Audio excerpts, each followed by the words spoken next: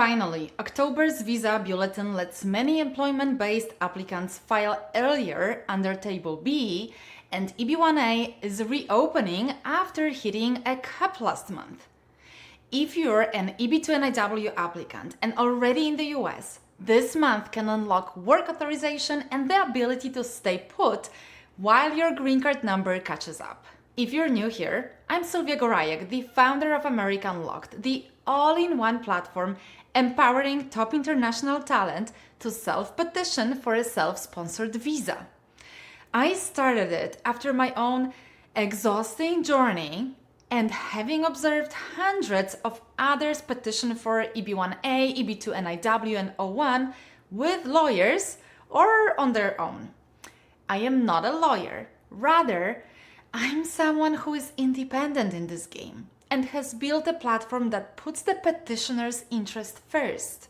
At America Unlocked, members get access to a one-of-a-kind support system that guides them step by step through the process and provides expert feedback. It's incredible. Check more info at americaunlocked.com. The new October update is groundbreaking. It shows us a huge shift in how many people can now apply for work authorization and travel parole after they had been approved for EB-2 NIW, assuming that they filed from the US. Last month, those who filed their petitions before November 15, 2023 could proceed. And now, everyone who filed before July 15, 2024 can file their adjustment of status package. That's 8 months of progress.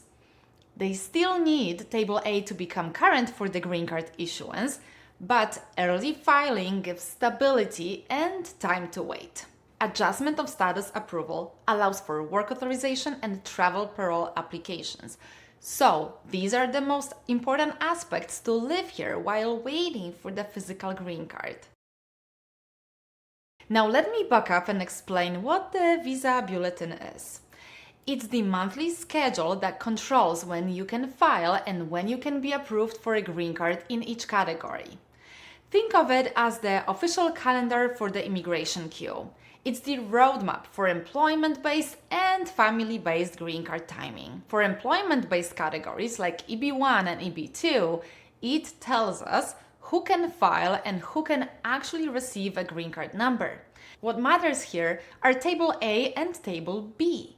Table A, final action dates. This is the finish line when the government can actually approve issuing your green card. Table B, the dates for filing, this is the starting line for those filing through adjustment of status, showing when you're allowed to submit your change of status package. Here is a trick. Every month, you need to check which table, meaning which cutoff date, USCIS wants to go by when allowing for submitting the AOS package. Luckily, they are using Table B for October update, and it moved so much, which is why this month is a great deal. See how if you're in the US on a valid non-immigrant status and you're approved for EB-2 NIW, Table B often opens your filing window sooner.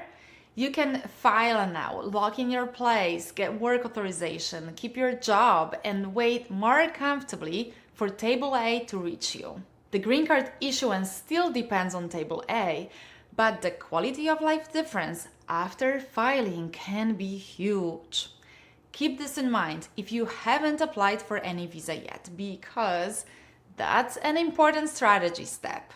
We do talk about this during our America Unlocked events, in our community discussions, so I suggest that you come and join us to ensure not making a big strategic mistake.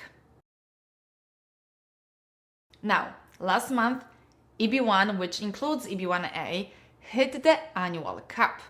That did not mean denials, but it meant that final approvals were on pause because there were no visa numbers left, which is pretty rare for EB-1.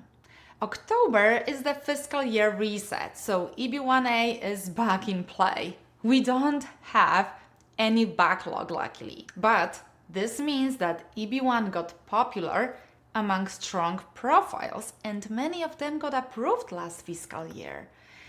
We have yet to see what this new year brings, and make sure to subscribe and follow my profiles to stay in the know. Finally, let's be honest about the incentives. The way Table B is used sends a clear signal. People already here, already working, already vetted are encouraged to stay.